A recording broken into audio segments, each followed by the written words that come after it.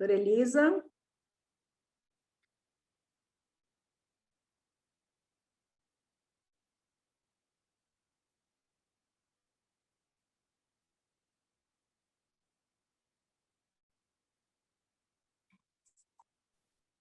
Oi, Wagner. Cheguei aqui. Tudo bem?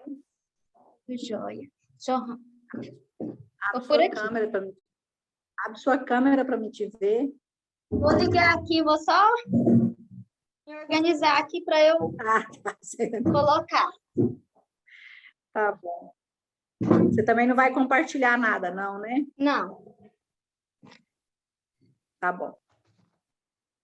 Eu falei com a Luciana aqui, eu vou fazer uma abertura, apresento você, aí você apresenta a Luciana e conduz, tá bom? Certo. Agora eu tô aqui. Nossa. A gente... É correria, hein, doutora? Assim Nossa que é bom. Senhora. Assim que é bom. Parece que quando tem alguma coisa aí que o bicho pega mesmo, né? O trânsito Não, complica tudo, aparecendo paciente passando. tudo. Hoje o dia foi daqueles, mas É assim mesmo. consegui chegar aqui. Peguei até um caminhão, estragou onde nunca estraga, acabou com o trânsito. Graças a Deus, deu tudo certo. A Luciana já está aí. Aí, às 19h05, a gente dá uma tolerância de 5 minutos para o pessoal entrar, porque esse horário é tumultuado mesmo, né? A gente sabe, as pessoas têm dificuldade para estar chegando em casa, às vezes, mas às 19h05, independente do número de pessoas, a gente já começa, tá bom? Tá bom. Enquanto isso, você pode tomar uma água e respirar.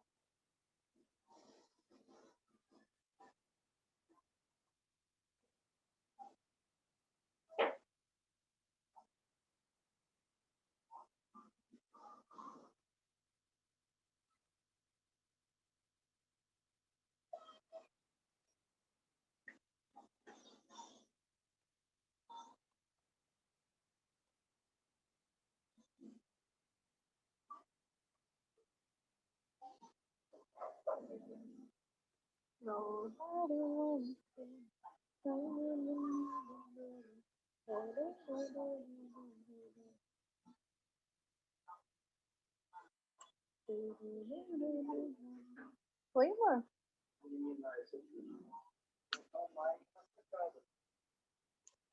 A bacia e tudo?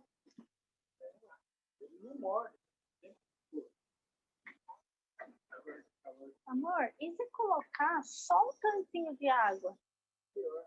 Por quê?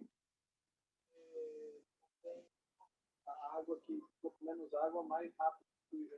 Isso aqui é muito difícil de você ativar de novo? Aí, só mais uma vez Só pra pegar reforçando água para pro vocês Mike, deixarem o saber que tá microfone funcionando, só pra pegar fechado, água por pro Mike, favor. você pode ativar isso? Hã? Amor, eu não sei se é isso, mas eu jogar água e já pegar daqui por aí é muito mais rápido do que eu ter que esperar.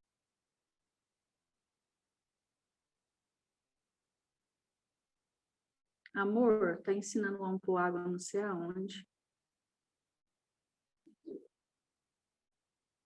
Sei lá, tal de...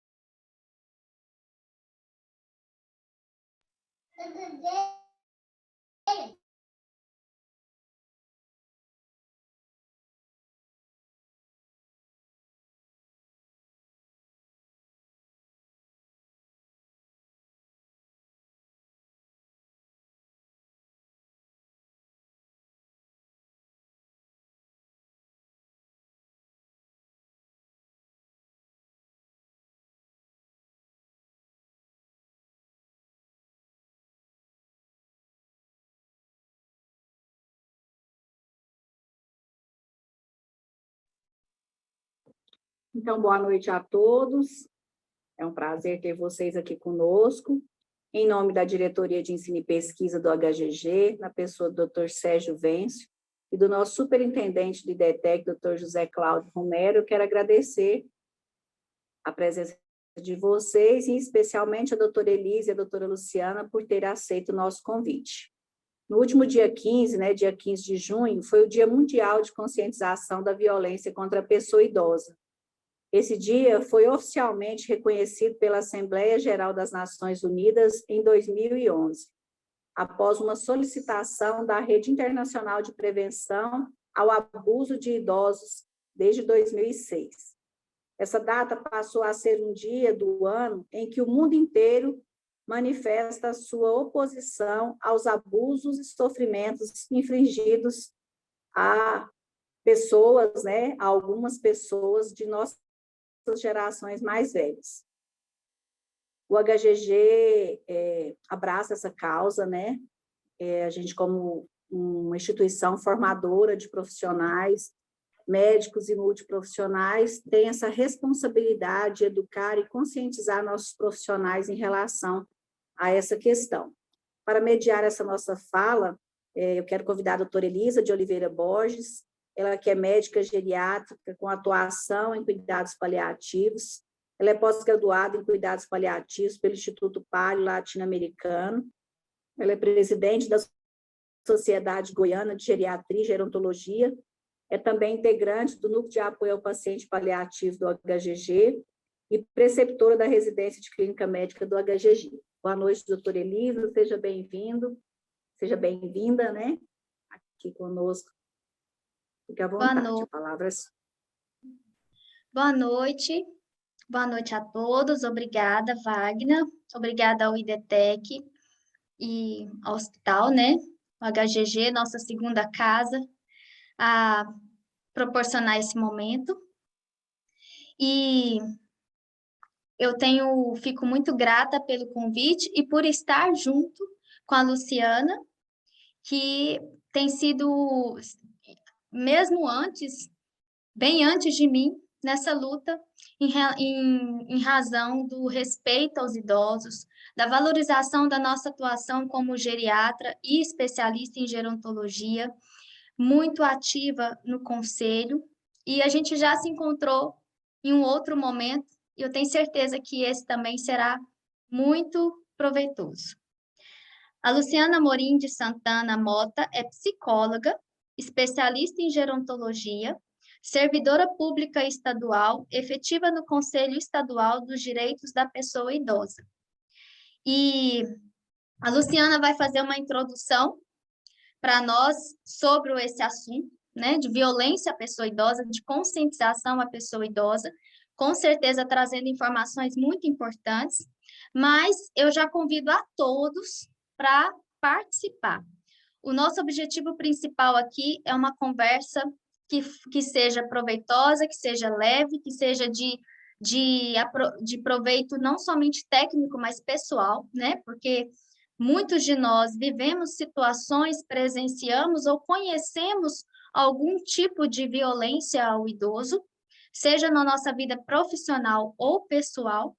Então, eu espero que as informações sejam úteis para nós como pessoas, né? E não somente como profissionais. Então, todos estejam à vontade para usar o chat e fazer perguntas. Boa noite, Luciana. Boa noite, doutora Elisa. Muito obrigada pelo convite, né? E parabéns pelo evento, né? Parabéns, Wagner. Muito obrigada aí pelo convite, né? De estar aqui. E, assim, como a doutora Elisa já falou, já tem algum tempo, né, que eu estou aí, né, nessa batalha, nessa caminhada, né, com relação à pessoa idosa, aos direitos da pessoa idosa, né, a ter uma qualidade de vida melhor, né, para todos, é isso que a gente busca realmente, né. Eu acho que quando eu comecei, em 1999, foi o ano internacional da pessoa idosa, onde a gente tinha o lema "Uma sociedade para todas as idades". E a gente quer isso, sabe? A gente busca isso, estamos em busca desde aquela época até hoje, essa sociedade para todas as idades, né? A gente quer que crianças, idosos, mulheres, gestantes, né? Homens, né? De todas as idades, cores, tenha, né? Essa sociedade seja para todos, né?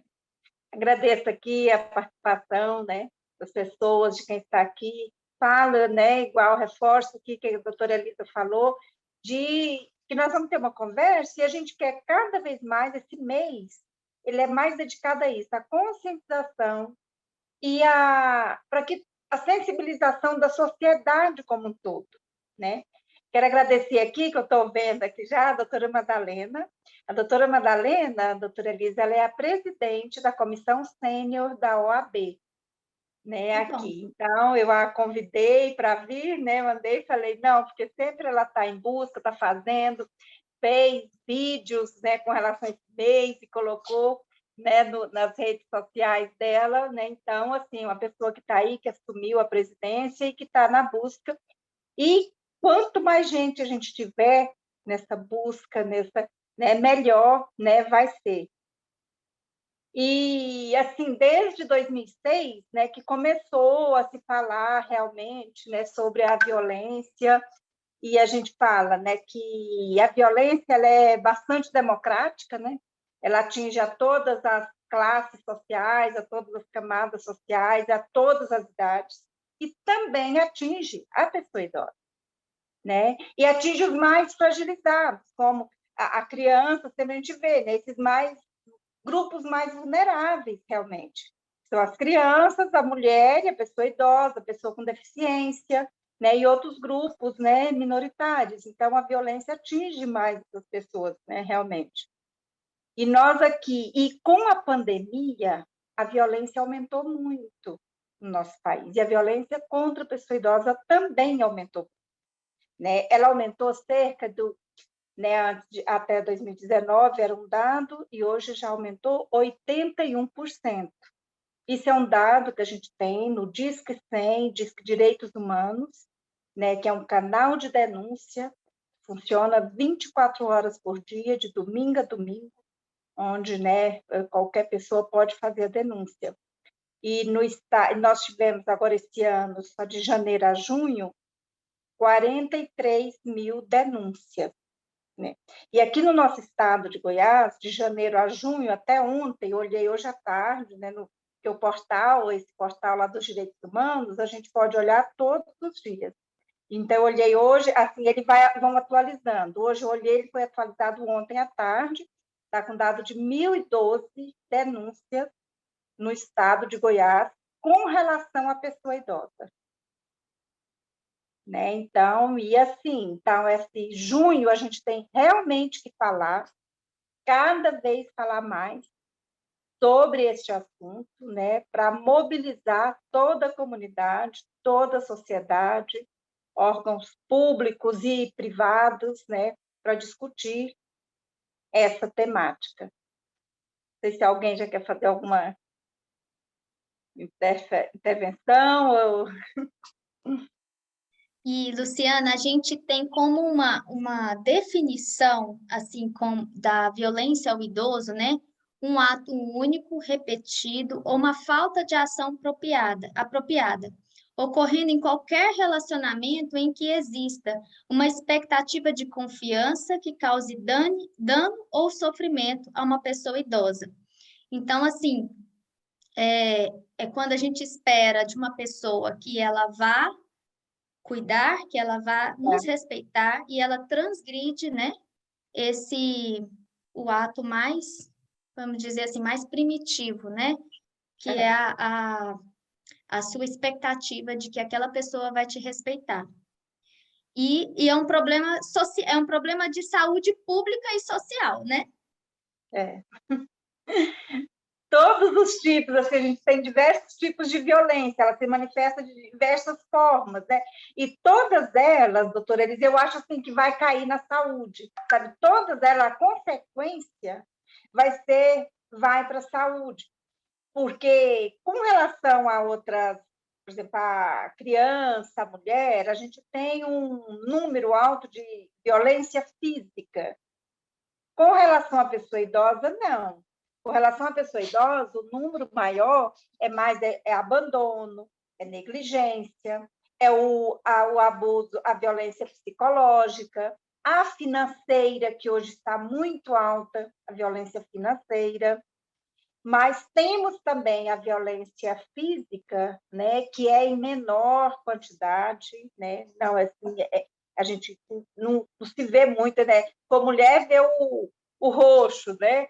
Se for criança, também. O abuso sexual também acontece com a pessoa idosa, mas também, assim, os dados mostram que é bem inferior à quantidade que tem.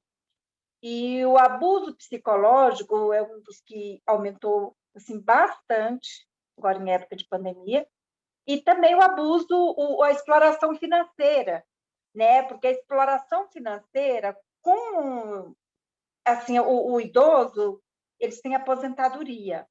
Ou aposentadoria, ou tem o benefício da prestação continuada, que a gente fala, é aquele benefício da LOAS, da Lei Orgânica da Assistência Social. É um benefício onde a pessoa idosa que não contribuiu o tempo suficiente, né, para adquirir a aposentadoria, ela poderá conseguir, né, esse benefício. Então, ela fica sendo realmente assim, o provedor da família. E ali naquela família tem filhos, tem netos, genros, tem um monte de pessoas, às vezes, na maioria dos casos, tem várias pessoas, e a única fonte de renda é da pessoa idosa. E aí, esses próprios, né, como você já falou, né, de onde vem essa expectativa de ser bem cuidado, esses próprios pegam o dinheiro, e por mais, assim, às vezes, realmente pega e gasta todo só com eles. Mas se pega uma quantidade que é para gastar só com o idoso e divide para essa família inteira, não vai dar para cuidar bem do idoso, porque o salário, a aposentadoria já é muito pequena, né, doutora Madalena? Já é muito pequena essa aposentadoria. E ele ainda dividir numa casa que às vezes aí tem 7, 8, 10 pessoas, não é?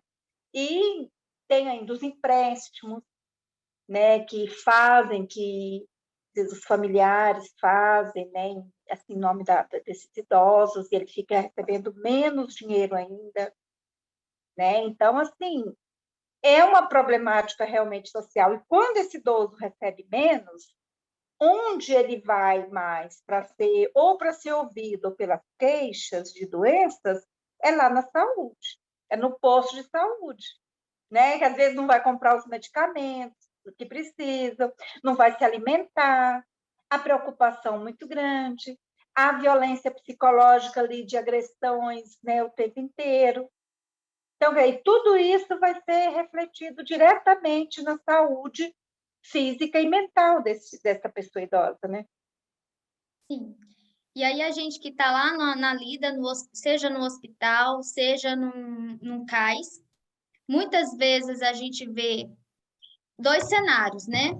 Ou um idoso, vamos dizer assim, mal cuidado, que você vê sinais, né, de maus tratos, seja lesão por pressão, seja o, o posicionamento, marcas, contenção,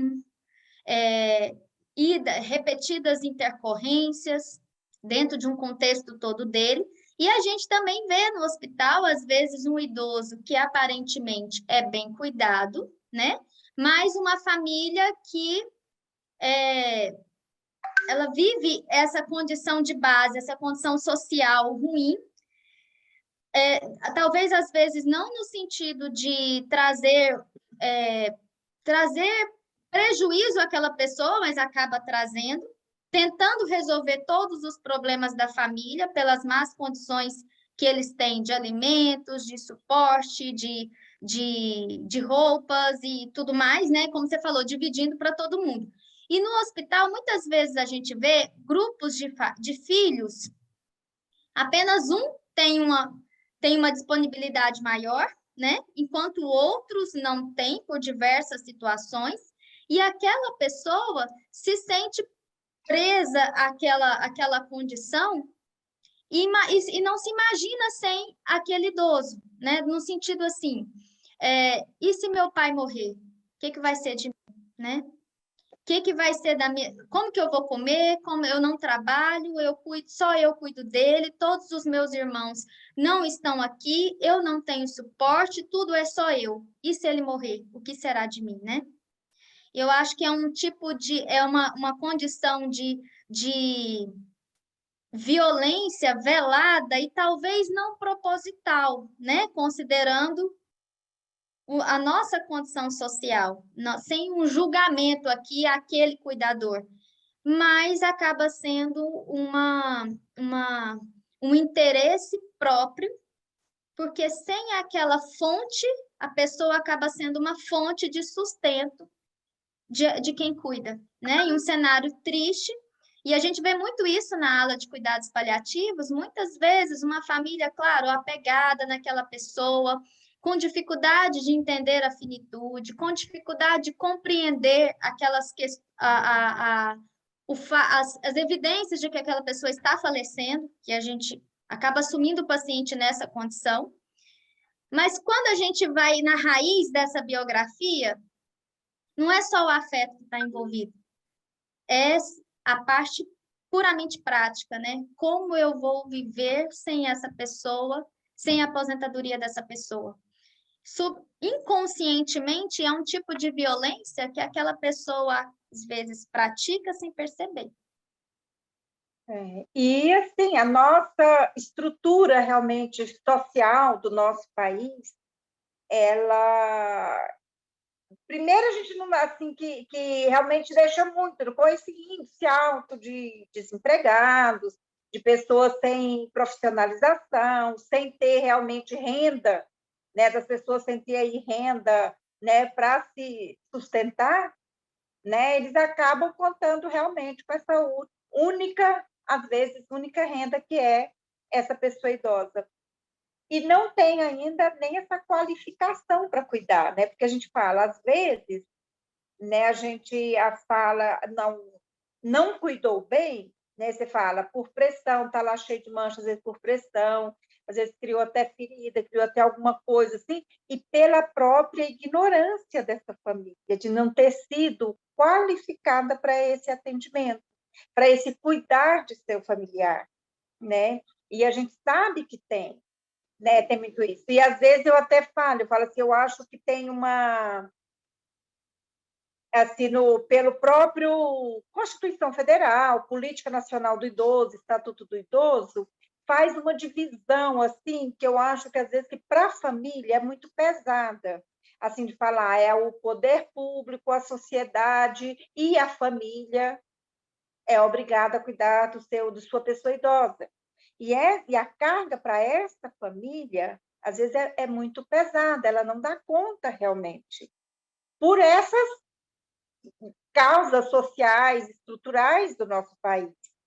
Ela não tem como dar conta de realmente de cuidar do seu familiar. E a gente tem que arrumar, tem que organizar, eu acho que o nosso país, acho que a gente está nessa luta também, tem que nos organizarmos em nível do nosso país para ter uma política realmente de atendimento, de cuidados, uma política de atendimento para atender essa pessoa idosa e os seus familiares, né? Quem vai cuidar? A gente fala às vezes, né? A gente tem aí o atendimento é feito ou está na sua família, ou da sua família vai direto para uma instituição de longa permanência, né, que é um abrigo de idosos, né? Hoje a gente fala as ILPIs, a Instituição de Longa Permanência.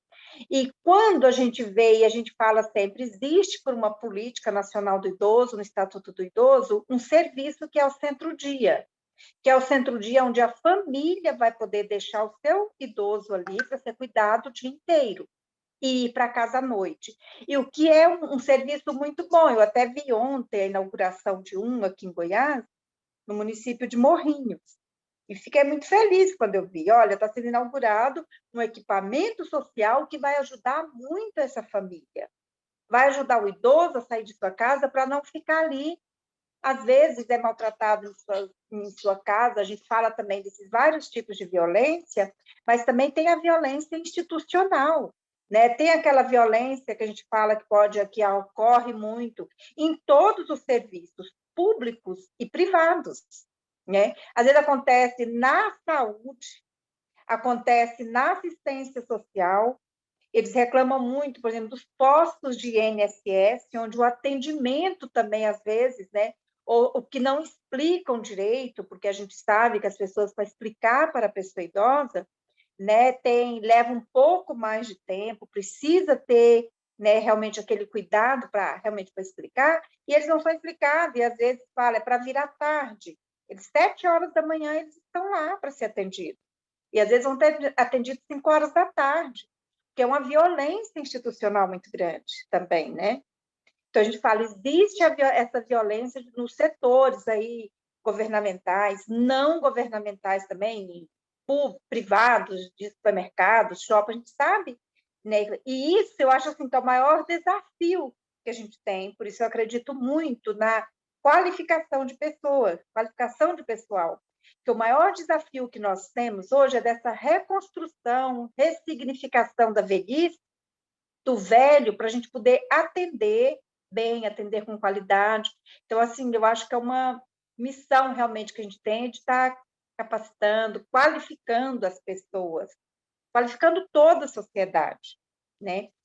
E quando a gente fala, por exemplo, da violência contra a pessoa idosa, né? Sempre a gente fala, olha, qualquer pessoa precisa e pode fazer a denúncia, né? Por exemplo, os dados que eu peguei, né, que eu falei aqui, é do Disque 100, esse que funciona direto. E nem todo mundo deveria, assim, a gente tem que divulgar mais esse número.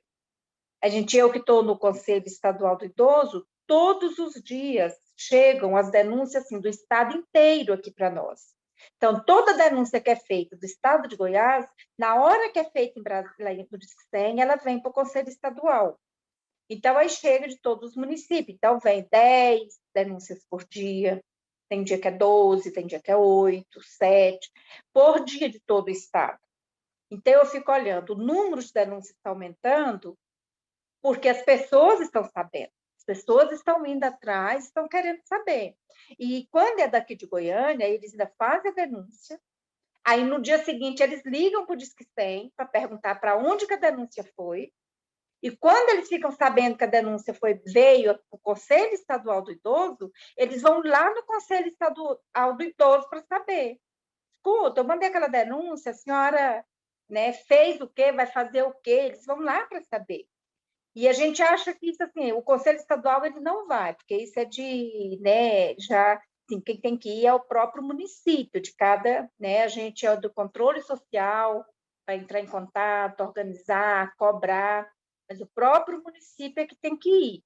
Às vezes é delegacia, às vezes é assistência social, que é um uso que a gente chama saúde, né, também, para ir, né? Então, assim, o município tem que ir, mas se as pessoas estão denunciando, está chegando esse número de denúncia, é porque está sendo divulgado e as pessoas estão sabendo, né? Estão sabendo desse número, né, que podem divulgar. Então a pessoa liga para o conselho vai direcionar para o órgão que compete aquele perfil, aquele tipo de violência. Não, qualquer pessoa, ela faz a denúncia direto no Disque 100. Uhum. É o jeito mais eficaz assim, que a gente acha, direto para o Disque 100. Porque o Disque 100, ele não precisa, né, não paga nada, ele é só 3 dígitos, e ele liga lá e faz a denúncia. Na hora que faz a denúncia no Disque 100, lá em Brasília, né, que fica lá do Ministério dos Direitos Humanos, né, na hora que faz a denúncia, imediatamente o Ministério, lá o Direitos Humanos, né, o nome é Disque Direitos Humanos, mas como o número é 100, a gente já habituou falar Disque 100, porque ele é o Disque, né, e o número 100. E imediatamente ele manda por e-mail. Se for aqui de Goiânia, ele manda o e-mail para o Conselho Estadual do Idoso, e conforme o caso, eles já mandam para a Delegacia do Idoso e para assistência social, para saúde, às vezes para o Ministério Público. Então, quando chega para mim, que eu olho lá em cima, eu já vejo, eu já sei para quem que ele encaminhou. E isso é muito bom, porque eu posso ligar, às vezes ligar para a delegacia e perguntar, vai lá, vocês, né? Aí eles falam, não, é um caso, igual a gente vê, né? É um caso que está ligando porque uma pessoa lá está fazendo um barulho, né? É porque alguém do quintal vizinho varre o quintal todo dia e põe o fogo no lixo. O outro é porque tem um carro. Então, assim, as denúncias são as mais variadas. Tá? A delegacia é uma só, ela não vai em todos. Então, às vezes, vai mais a assistência social do município. Então, a assistência social é quem mais vai fazer. E aqui, tanto em Goiânia como no estado inteiro e em nível de Brasil mesmo, né? Assim, é assistência social quem vai, os profissionais, assistentes sociais, psicólogos, é quem vão fazer essa primeira averiguação. Vendo que alguma coisa, assim, mais, né? Aí eles podem até chamar outros parceiros. Quando é com alguma instituição, de abrigamento de idosos, alguma instituição de longa permanência, aí, às vezes, o Conselho Estadual tem ido também. A gente tem uma comissão que às vezes vai até o município. Conforme o caso, a gente acha que não, esse deixa a gente lá. Aí vai. Outras vezes a gente encaminha para o Conselho Municipal daquele, liga, olha, chegou aí, já foi ver. E tem vezes que eles pedem. O Conselho Estadual poderia vir para a gente junto. Aí também a gente aciona a comissão de acompanhamento, as ILPIs, para poder fazer a visita. Né? Agora, a denúncia, o bom do Discem, que eu acho assim, que a gente fala sempre, está lá previsto no Estatuto do Idoso, né? O artigo 19, ele fala que, porque a denúncia, ela tem que ser compulsória, ou seja, ela é obrigatória, e qualquer pessoa, se você perceber a denúncia, se você suspeitar, você precisa fazer a denúncia. Porque aí vai ser averiguada, e vai lá para olhar o que está acontecendo. Então, qualquer pessoa, você percebeu, e aqui nós já tivemos casos, assim, em que foi a denúncia, e nós fomos lá para ver, uma pessoa que gritava muito, e era uma pessoa que sofria de uma doença, tem um problema de doença mental, e que gritava muito e que incomodou a vizinha. E a vizinha não sabia que aquela senhora tinha esse problema com essa doença mental. Então, quer dizer assim, às vezes é algum caso, mas se qualquer pessoa, qualquer um de nós, qualquer cidadão, se você suspeitar, faça a denúncia. Ela vai ser averiguada. Não quer dizer, né, a pessoa às vezes fica com medo. Não, a gente vai averiguar. Às vezes precisa de uma capacitação, precisa de um acolhimento, precisa de um encaminhamento, né, precisa resolver algumas coisas, e tendo ajuda, a gente sempre fala, tendo uma ajuda maior, articulação entre esses órgãos governamentais, vai ajudar para que seja resolvido. Às vezes é alguma coisa assim que a família, que as pessoas estão ali muito junto, não dão conta de resolver. Porque vai ficando um nível de estresse tão grande que elas não dão conta de conversar, não dão conta de ouvir o outro. E quando coloca uma pessoa aí que vai, uma equipe que já, né, tem uma escuta qualificada, ela vai dar conta de organizar melhor, né, e de junto ali mediar essa articulação com a família e com os órgãos públicos e às vezes não públicos, né? Às vezes órgãos filantrópicos, entidades filantrópicas, às vezes então, mas para organizar essa família, né? É interessante isso, porque às vezes as pessoas pensam que elas precisam ter a certeza para fazer a denúncia, né? E a suspeita já é uma necessidade da denúncia, porque cabe aos órgãos competentes averiguar a veracidade, né? E não a nós, cidadãos.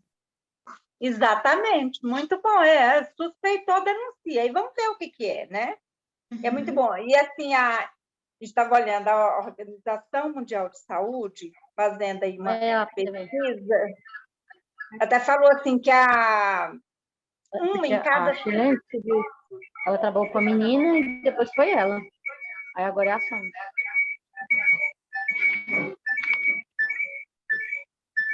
Assim, em cada 6 idosos já sofreu algum tipo de violência. Então, assim, o número, né, nós estamos aí chegando assim, a 20% da população, a partir de 60 anos, já sofreu algum tipo de abuso. Então, realmente, assim, a violência, o abuso, né, assim, o maus tratos sobre a pessoa idosa está muito grande, né? E a gente precisa ainda aprender assim, a trabalhar realmente nessa rede articulada que a gente fala que precisa se organizar, e a todo momento a gente está falando, está lá no Estatuto do Idoso, está na Política Nacional do Idoso, falando desse atendimento, dessa articulação entre os órgãos, e é uma necessidade grande, a gente tenta fazer isso enquanto Estado, tenta passar isso para os municípios, para fazer para cada município, se encontrar e articular essa rede, articular a Secretaria da Saúde, encontrar com a Secretaria da Assistência Social, que vai encontrar, às vezes, com a Educação, com o Ministério Público, Defensoria Pública, né? Porque, às vezes, é habitação, né? Vários casos, que esses dias até eu estava vendo um caso aí que nós participamos aí junto com o Ministério Público, e era um caso de uma pessoa, né? Uma pessoa idosa acumuladora, né? Então, assim, que precisou de muita coisa para poder se organizar junto com a habitação, junto com outros órgãos do município, né, para tentar realmente tirar e ver, porque nós estamos tendo casos de acumuladores assim, em vários municípios do nosso estado, né? Aqui em Goiânia. Eu entrei. Aí, eu estou entrada. Estou escutando. Mal contato. E aí a gente tem assim, a gente fala às vezes, olha, a violência contra a pessoa idosa, ela é um crime. Ela é crime. Então, né, a gente precisa da autoridade policial, né? E então a gente tem alguns órgãos assim de defesa, né? A gente tem aí os conselhos municipais, né, que é para colocar, que é para todos os municípios precisam ter, né? Nem todos têm ainda. Como é que faz para desligar? Né? Mas a gente precisa que todos os municípios. Como é que faz para desligar esse aqui, hein? Não estou dando conta. Tem a Secretaria de Assistência Social, né? Todos os municípios têm Secretaria Municipal de Assistência Social. E tem também, né, doutora Elisa, eu acho que aí que faz muito, principalmente profissional mais da área da saúde, assistência social também pode fazer, mas mais da área da saúde, é a notificação da violência, né? Dentro do hospital. E a gente precisa ser mais ativo nessa notificação, principalmente em relação ao que você disse.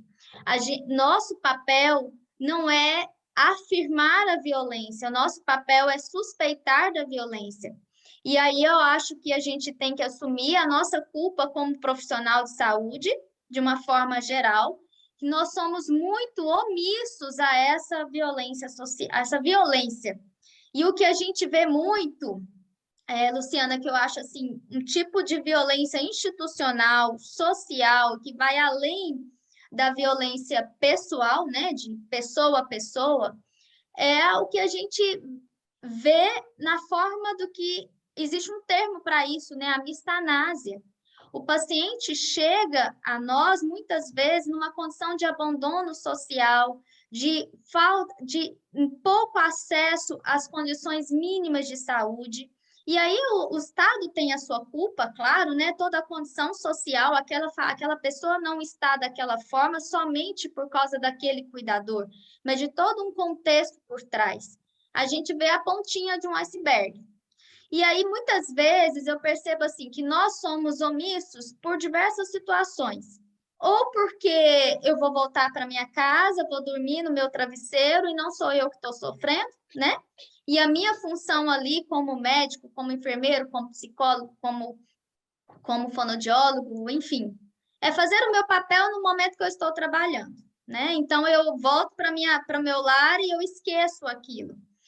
E aquela pessoa continua naquela situação que eu critico, mas eu não faço a minha ação. E muitas vezes o argumento é, eu não tenho certeza, né?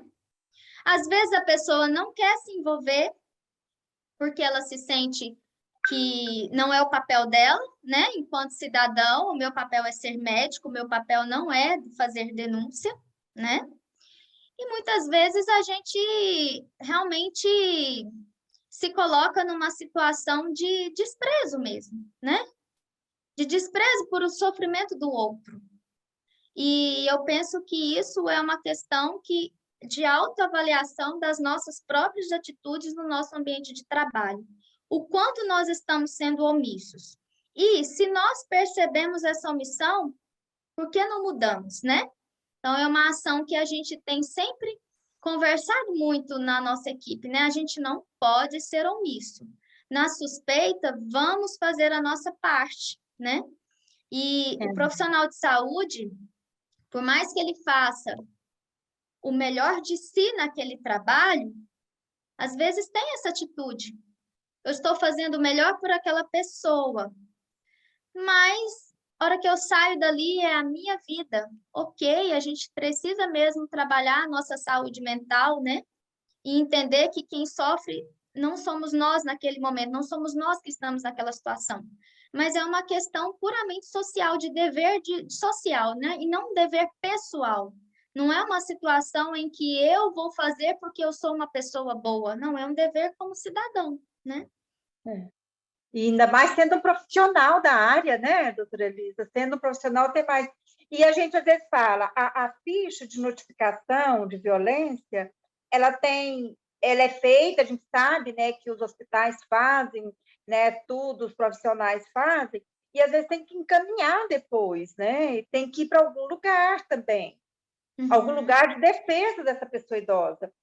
Porque, às vezes, assim, eu até esses dias, até no dia que nós nos encontramos no CRASP, né, que alguma médica lá, uma outra geriatra, falou comigo, ela falou, olha, mas eu fiz, e aí eu falei, mas você encaminhou para onde, né, falando com ela, porque, às vezes, né, o serviço social do hospital, ele precisa acionar, às vezes precisa acionar o conselho, né, às vezes precisa, para poder passar, porque quando ele faz a ficha de notificação, conforme o caso, a gente sabe que é encaminhado para a delegacia, mas outros não. Então, ele vira um dado para o Ministério da Saúde, sabe? Mas ele não vai para os locais para ter uma busca, para ir olhar, para ir ouvir.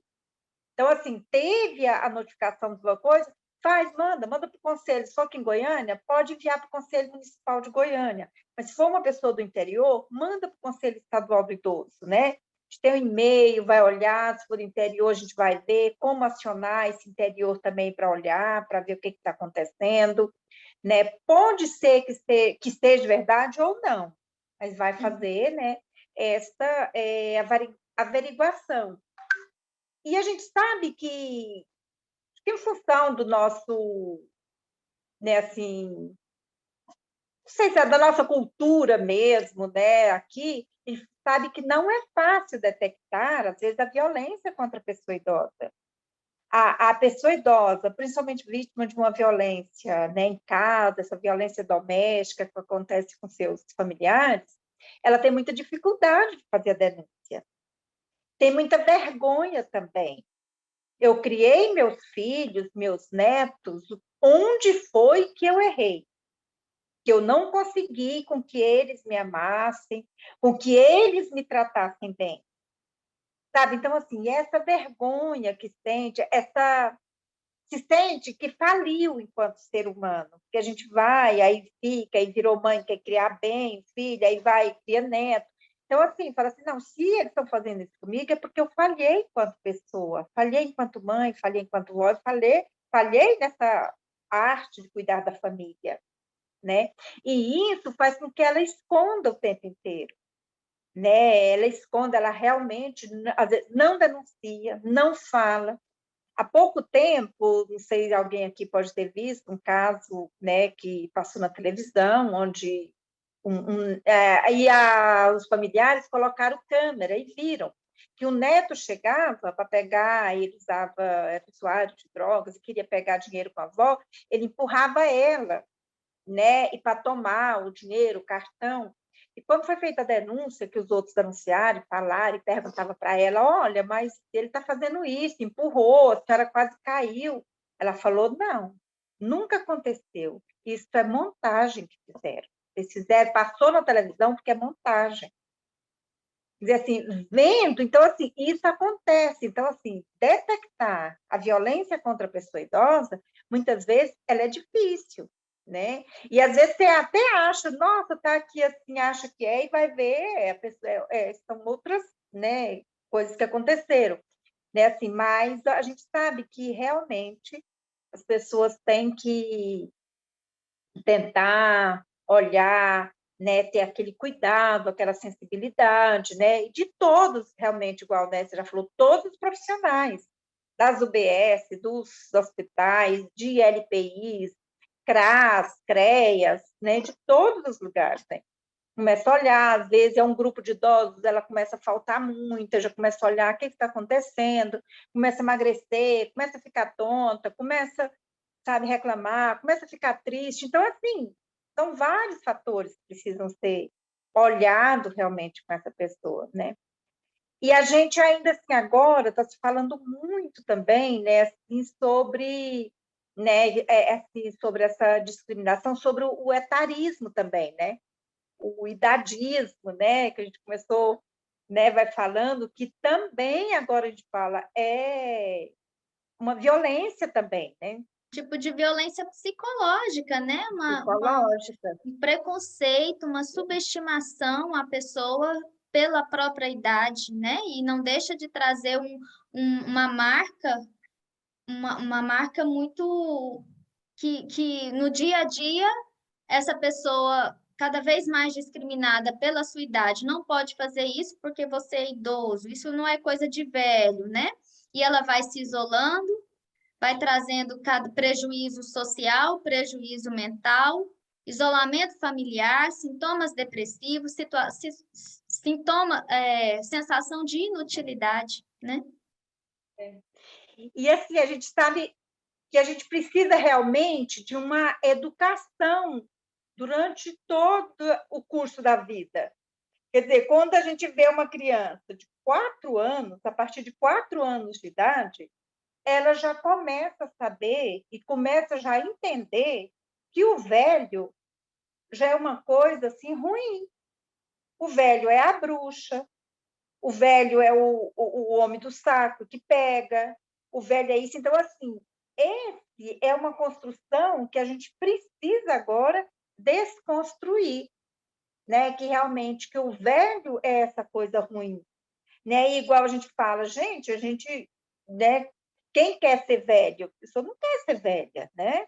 Porque com tanta coisa ruim para ser velho, né? Com tanta coisa ruim, o velho, né? Não pode fazer nada, o velho não pode fazer. Nossa, Deus, mas, né? Seu cabelo, né? Velho não pode ter cabelo grande. Eu já estou quase tendo que cortar o meu. Né? Porque velho não pode ter cabelo grande, né? Velho tem que usar desse jeito. Nossa, você tão, né? Você não parece a idade que tem, né? São coisas assim, igual a gente fala, né? A gente falava muito assim do racismo, né? Esse racismo velado, né? Não, eu, né, sou assim, mas eu tenho até amigo preto, eu tenho até amigo negro. Quer dizer, esse racismo velado, agora a gente viu também que existe também esse idadismo velado também. A pessoa fala, estou com 70 anos, né? Nossa, mas não parece. Você está tão bem, né? Esse idadismo, então... Na realidade, eu acho que essa geração não está preparada para isso, né, Luciana? Meus avós faleceram com 70 e poucos anos, e assim, para aquela época parece que já era velho, né? Hoje, 70 anos, a pessoa está extremamente ativa, né? Ela está participativa, está trabalhando, muitas instituições hoje estão abrindo para pessoas da terceira idade, né? Para trabalho, a gente sabe que o resultado deles no trabalho é muito bom, eles têm um empenho, um compromisso de não faltar, né? Então, isso é muito importante, mas, assim, o HGG, por ser um hospital terciário, e receber muitas pessoas idosas, né, portadoras de doenças crônicas, por ter uma ala de cuidados paliativos, a gente depara muito com isso, e muitas vezes a gente acha que a violência é só a física, né, bater, espancar o velho, isso tudo que você falou aí, a gente percebe isso muito claramente na instituição. A gente já teve paciente chegar e não querer ir embora, a gente perceber que a comida era o mais importante, que a refeição do hospital, aquela frequência, a importância, principalmente na aula de cuidados paliativos, onde a doutora Ana tem um carinho especial com os pacientes, psicólogo, de Mills também. Então, ele é ouvido, né, ele é percebido, ele é gente, e isso faz toda a diferença na vida deles. Então, a gente não estava preparado para essa inversão da pirâmide, né, que o idoso, hoje a gente tem pacientes aí com 100 e poucos anos querendo viver mais. Com certeza. Sim. A gente tem uma pergunta aqui, Luciano. A Nilda de Paula, ela disse: Luciana, eu sou cuidadora de idoso e em fevereiro fui cuidar de um paciente de 83 anos em um hospital. E no dia da alta não tinha para onde levar esse idoso, pois o mesmo havia saído de um lar de idoso, onde foi muito maltratado. Isso que a Wagner está falando, né? Sai de um ambiente e vem para um cuidado que ele não recebeu. E esse cuidado ele recebe num ambiente que, naturalmente, o que a gente se espera é que ficasse querendo o mais rápido possível sair, né? porque ninguém quer ficar internado, a gente parte desse pressuposto, né? Mas a família questionou que não podia levá-lo para casa por motivos pessoais. Então eu trouxe ele para minha casa. Mas até então só vem uma filha uma vez no mês. Por fim, tem família que acha que é só de estar pagando alguém para cuidar já é o bastante. Mas eu vejo nos olhos dele que ele sente saudade. Isso também é abandono, certo?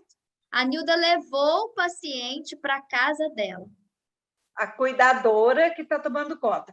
Olha, é bem pesado, né, doutora? Assim, primeiro, porque ela falou da instituição, e a gente até, assim, o que poderia até ver, Nilda, porque a denúncia no Disque 100, ela pode ser feita, precisa ser feita, e ela pode ser feita, gente, anônima. Então, se sabe qual é a instituição, fala qual é, faz a denúncia. Porque se é uma instituição de abrigamento de idosos, uma instituição de longa permanência, precisa, a gente sabe que o Estado, os conselhos, o município, eu falo Estado enquanto poder público, estadual e municipal, ele precisa a todo momento estar orientando, estar participando, estar indo visitar essas instituições. A gente sabe que não vai, mas precisa ir. E quando tem uma denúncia, às vezes a denúncia, gente, ela não é ruim. A denúncia, ela vai ajudar a organizar. Ela vai ajudar a organizar, ela vai ver, vai ser cobrada uma capacitação, vai o defensor público, vai o Ministério Público, às vezes vai a delegacia, vai a assistência social, a saúde, vigilância sanitária. Então, é uma instituição, façam a denúncia. Porque, sabe, precisa olhar realmente. Agora, a gente não sabe, assim, que termos foi que ela fez para que ela ficasse com esse idoso também, né, Nilda? Eu não sei, assim, como é que você, né, para realmente pegar esse idoso e você ficar como, né, a responsável, né, total por ele, porque nesse caso aí você está com uma responsabilidade total por ele. Porque se ela vem uma vez por mês para visitá-lo, é claro que é abandono, né? Aqui a Ana Maria Carvas levantou a mão para falar. E até que ponto ela pode assumir esse cuidado, né? É. Bem complexo. Gente, boa noite, tá? Gostaria de parabenizar, né, pela discussão. Eu acho que é algo bastante relevante, né, e necessário. E eu acho que é muito importante o que vocês estão falando em relação aos tipos de violência, porque a maioria das pessoas só realmente entende a violência física. E a pandemia deixou muito claro, né, que a gente viu outras formas e que a gente está colhendo frutos dessa violência, né? Moral, social. Hoje a gente recebe em nossos consultórios idosos totalmente fragilizados que se perderam justamente porque a própria mídia, né, informava durante a pandemia que os idosos deveriam ficar trancados, né? Eles deveriam ficar isolados, e como isso trouxe prejuízo, né, na questão do humor, levando o paciente a se tornar mais ansioso, mais angustiado, mais deprimido e se sentir muito mais vulnerável, né, em relação a como a mídia colocava a situação desses idosos. Então, eu acho muito importante a gente falar sobre os outros tipos de violência, falar da violência que nós, muitas vezes, até mesmo sem perceber, praticamos com os nossos pais, com os nossos avós, quando nos tornamos ditadores de condutas, quando a gente, muitas vezes, define o que eles vão comer, o que eles vão beber, se eles vão ou não tomar determinado remédio, se eles vão seguir ou não um determinado profissional de saúde, que muitas vezes eles têm muito mais empatia, simpatia por aquele profissional, né? Então, muitas das vezes a gente vê esse tipo de violência. Não, você não pode, você não vai tomar, você não vai comer, você não vai sair, você não vai se relacionar com X ou com Y. Isso tudo são formas de violência. E elas muitas vezes ficam escondidas, Então, acho que é muito importante quando vocês trazem as outras formas de violência. E eu hoje tenho me incomodado muito com essa violência moral. Então, recentemente eu tive no meu consultório uma senhora, muito funcional, ela disse assim, eu só tenho vontade de continuar sendo eu. Então, assim, acho que por trás dessa frase eu percebo muita violência, quando eu não consigo espaço nem para ser eu, né? Eu perco meus valores, né? Eu me perco, eu me olho e não me vejo. E eu gostaria de terminar fazendo uma pergunta, Luciana, porque muitas das vezes hoje a gente viu a composição familiar, o número de filhos, né, reduzidos. Então hoje a gente vê muitos idosos sozinhos, sozinhos. Às vezes filhos que já faleceram, né? A longevidade tem um preço, viver muito tem um preço. A gente fica muitas vezes sem os nossos pares, a gente muitas vezes pelo número reduzido, né, de filhos, a gente às vezes os filhos saíram do país ou moram em outros lugares e esse idoso está sozinho. E ele é vulnerável. E essa vulnerabilidade faz com que ele também esteja mais exposto a violências, a essas outras formas de violência. Então, eu gostaria de saber, você falou do Disque 100, né, para denúncias, mas quando a gente encontra esse idoso vulnerável, muitas vezes ainda funcional, ele dá conta de fazer a comida, ele dá conta de tomar o remédio, mas ele está sozinho, né, e vulnerável. Aonde? Que órgão? Que órgão esse idoso poderia ter como um apoio? Ele poderia ter uma assistência? Ele teria um lugar que olhasse por ele para que ele não se tornasse uma vítima pela vulnerabilidade em que ele está, pela fragilidade muitas vezes em que ele apresenta? É isso. Obrigada. Olha, realmente é muito, a gente sabe assim, é muito difícil, né?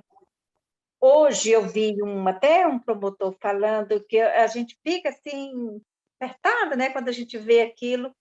Eu vi o promotor falando, olha, gente, das 650 mil vítimas por óbito pela Covid, 480 mil foram de pessoas idosas.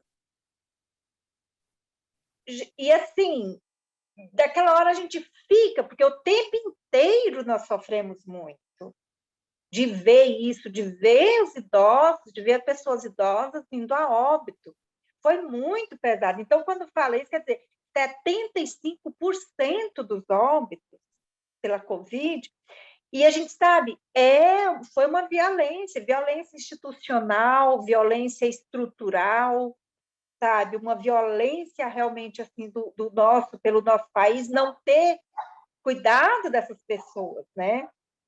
E a mídia realmente fez essa, assim, a gente fala assim, aumentou ainda em tons assim de chacotas, de brincadeiras, de catavéio, de não sei o quê, ficou mais ainda, levou mais angústia para as pessoas idosas, né?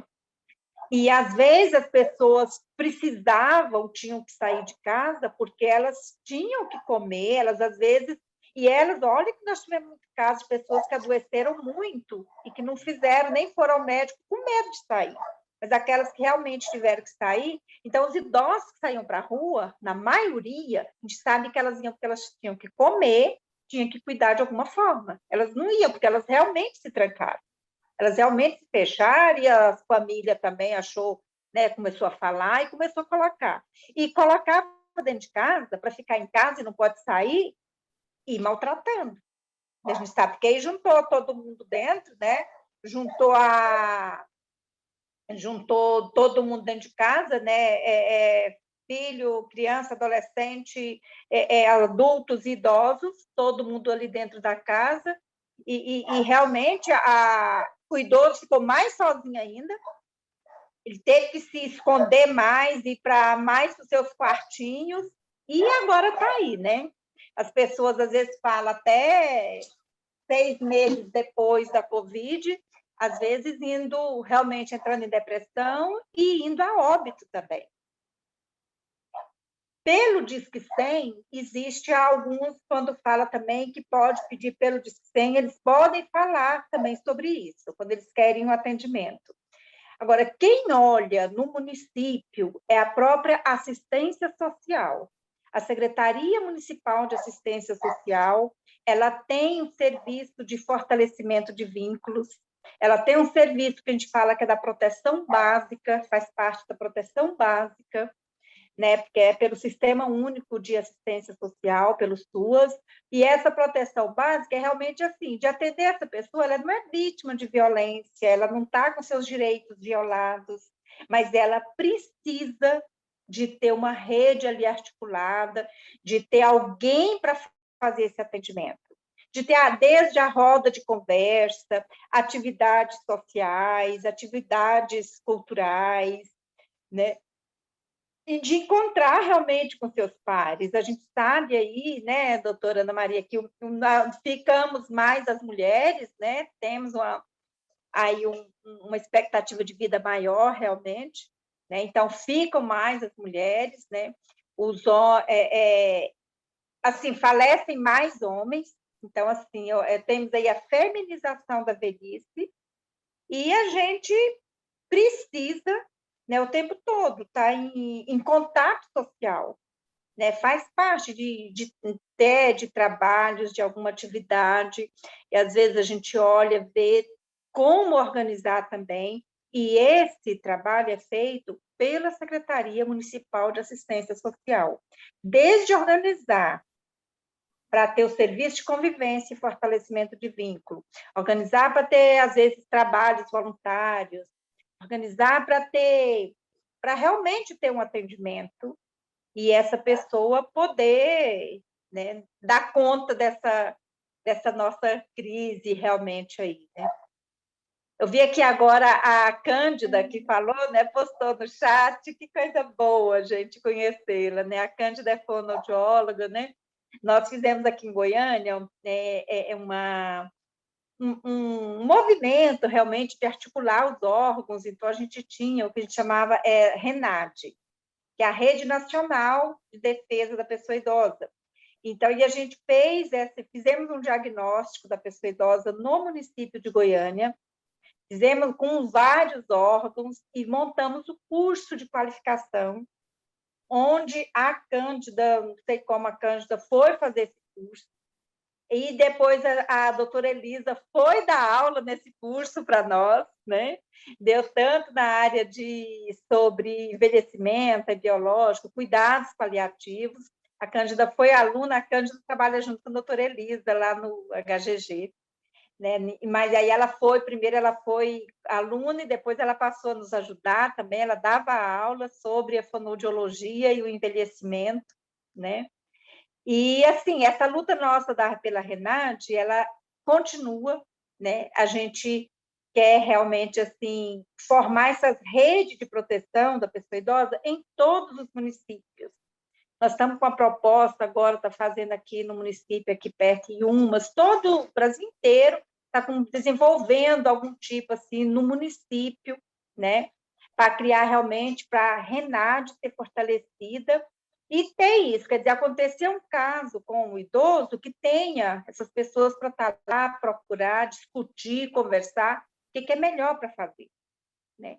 E eles, geralmente, assim, essa articulação se materializa muito nessa área da violência, porque nessa área da violência é que a pessoa pega e fala, nossa, mas e agora? Está no hospital, teve alta, e o que a gente vai fazer?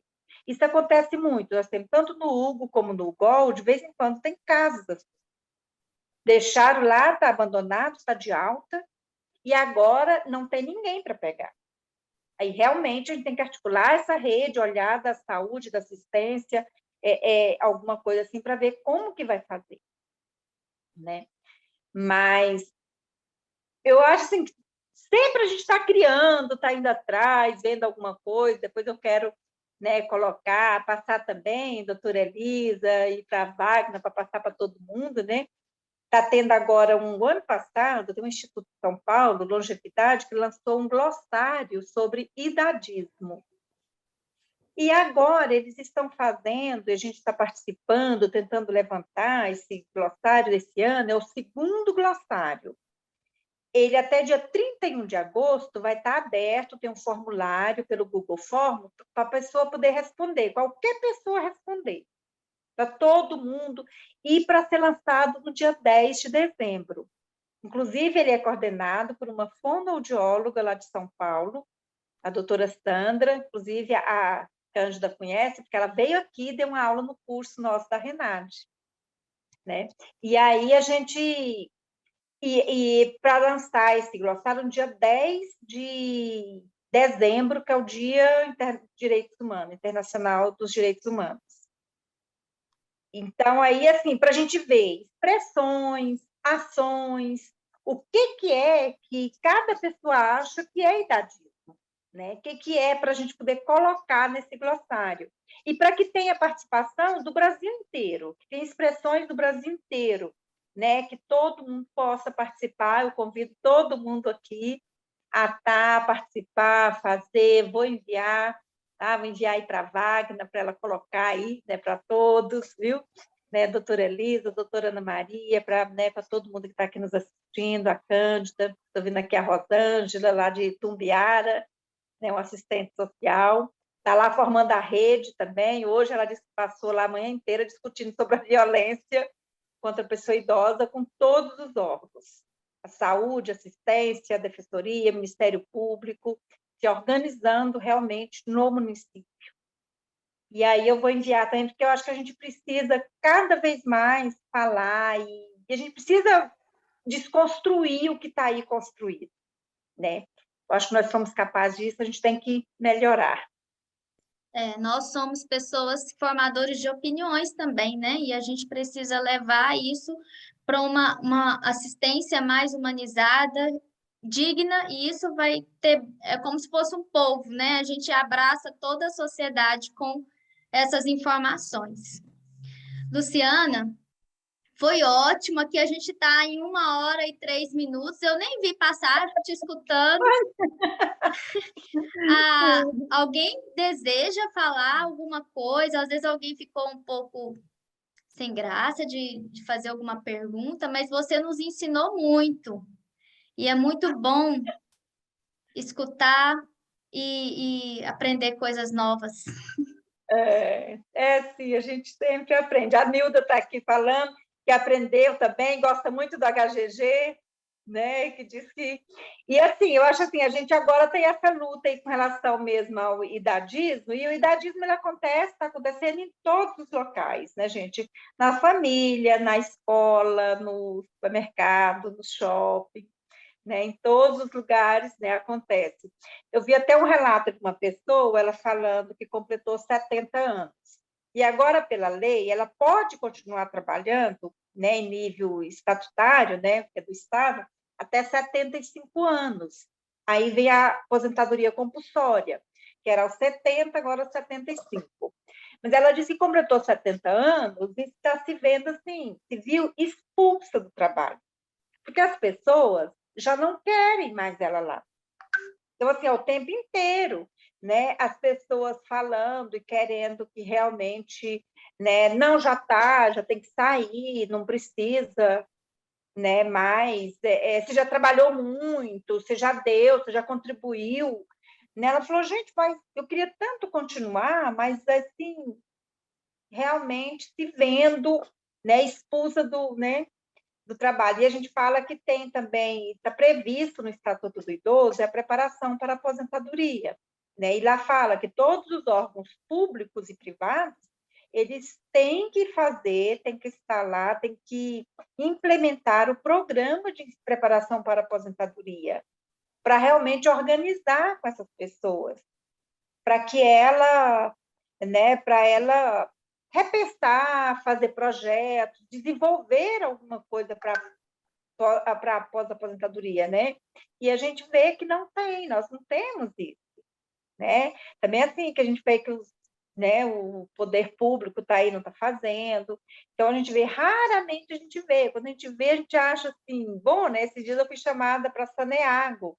Lá eles desenvolvem um trabalho de preparação para a aposentadoria. né, o Correios, e eles continuam fazendo atividades com os servidores aposentados. Então, eles fazem reuniões com as pessoas que vão aposentar, né? Por exemplo, as pessoas que vão aposentar esse ano e ano que vem já está lá sendo preparada, mas também aqueles aposentados, eles têm os dias que eles podem ir, tem as atividades, tem o voluntariado, tem alguma coisa que eles possam desenvolver. Então, que eu acho que a outra, né, assim, outra atividade que a gente pode também começar a pensar, a cobrar, que é essa questão da preparação para a aposentadoria também, né? Com certeza, é um grande tema em geriatria e gerontologia, né? Luciano, eu quero deixar aqui meu agradecimento em nome de todos a você, em especial, por dedicar esse tempo para nós. Agradecer a Wagner, pessoas da minha equipe que estão aqui, doutora Ana Maria, Cândida, eu vi a Sônia. Se eu não vi outras pessoas, me desculpem, mas eu estou vendo aqui as pessoas e tentando reconhecer. Colegas de fora que você convidou, né? A gente se sente muito honrado, muito, uma honra mesmo receber pessoas que não são do nosso convívio do HGG, que dispuseram o seu tempo para participar, tanto pessoas que eu convidei como você. E agradecer também o nosso diretor técnico que está presente, o Dr. José Cláudio. E espero que a gente tenha outros Zé encontros. Cláudio está aí? Eu acho que tá. Zé Cláudio foi meu primeiro chefe quando eu entrei no Estado. Tá aqui. Eu tinha visto ele, né, Wagner? Pode fazer a denúncia aí, ó. Pode colocar ele na roda. Pois sim, é. Ele estava aqui. Estava aí, né? Pois é, o Zé Cláudio, trabalhei com ele quando eu entrei né? Quando comecei a trabalhar, né? A gente trabalhamos juntos. Ele me falou aqui, estou orgulhoso da Luciana, conheço ela há muito tempo e acompanho a luta dela e a jornada dela. Ele falou aqui para mim. Ai, que deve bom! Fala que eu deixei um abraço. Saído para alguma reunião. Falo sim, Luciana. Também faço as palavras da Elisa, né? As minhas palavras. Foi muito bom, passou voando, né? A gente nem percebeu. É muito bom ouvir pessoa que gosta do que faz, né? Que entende o que fala. É muito gostoso. Um assunto difícil, mas que a gente acaba acreditando também que tem esperança e quer fortalecer essa luta, né? Porque quando a gente, não sei, você conseguiu motivar a gente e dar uma luz para a gente, igual eu falei, assim, principalmente no cuidados paliativos, a gente tem muito essa ansiedade de encaminhar, de resolver, de ver essas famílias aceitarem melhor essas pessoas, né? Essas pessoas tão importantes na nossa vida, se a gente é alguém é porque a gente teve eles por trás, né? E a pandemia, eu acompanhei alguns pacientes da Elisa e vi assim, o quanto a demência piorou, né? Pelo abandono, pelo desprezo, pelo afastamento dos seus, né? E isso entristece muito a gente quando a gente vê o idoso falar assim, essa mesa era cheia de gente, hoje não vem ninguém aqui em casa. Então, assim, a pandemia na cabeça dele não é claro, né? Mas a ausência, existem tantas formas de se comunicar, né? De estar próximo, mas a maioria deles não sabem mexer no WhatsApp, não sabe fazer uma chamada de vídeo, não tem acesso a essas mídias. Então, isso dificulta ainda mais esse contato. E o contato físico é muito difícil ser substituído, né? O abraço, isso é muito forte. Mas, Luciana, eu vou te perturbar muitas vezes, eu vou te trazer para dentro do HGG, para trazer essa sua fala, essa sua energia, essa sua vontade de fazer a coisa acontecer e contagiar outras pessoas, se Deus quiser, viu? Eu acho assim, eu participo da Frente Nacional de Fortalecimento do ILPI. Então, quando ela foi criada, né, realmente em função da pandemia, e sempre a gente, né, ela falava uma fala que a doutora Carla Giacomin, geriatra, sempre falava, né, ela falava, olha, gente, nós estamos num momento assim, ninguém larga a mão de ninguém. E foi uma luta muito grande, realmente, assim, né? Então, eu acho assim, que agora a nossa luta, né, o nosso lema tem que ser assim, que a gente quer envelhecer, sim, a gente quer envelhecer sem idadismo, né? E queremos envelhecer sem violência também, Com certeza. né? A gente quer envelhecer, né? Porque a gente, né? Todos nós queremos envelhecer, queremos Natural. ficar, né? Uhum. Velhos, mas foi muito bom e muito obrigada, gente, vocês também, né? Muito obrigada, Luciana. E nós estamos juntos, né, na SBGG. Pois é, ué. Amanhã é aniversário do CRAF, você viu? Vi sim. Amanhã é Eu fui aniversário do até CRAF. convidada para uma palestra lá, mas foi em cima da hora e eu não consegui cumprir, mas eu espero em outro momento. Pois E nós vamos continuar nos encontrando. sim, elas convidaram amanhã de manhã, eu vou dar uma palestra para o Mato Grosso do Sul. Aí eles já tinham me convidado, eu falei, olha, de manhã eu não consigo ir lá também. Mas a gente se desdobra. Certinho. Muito obrigada, Obrigada. gente. Obrigada a todos. Até a Tá próxima. bom. Tá bom. Até. Boa noite, obrigada, Elisa. Boa noite, muito obrigada, viu? Boa Fica com noite. Deus. Obrigada a Também. todos. Tchau. Tchau. Boa noite a todos.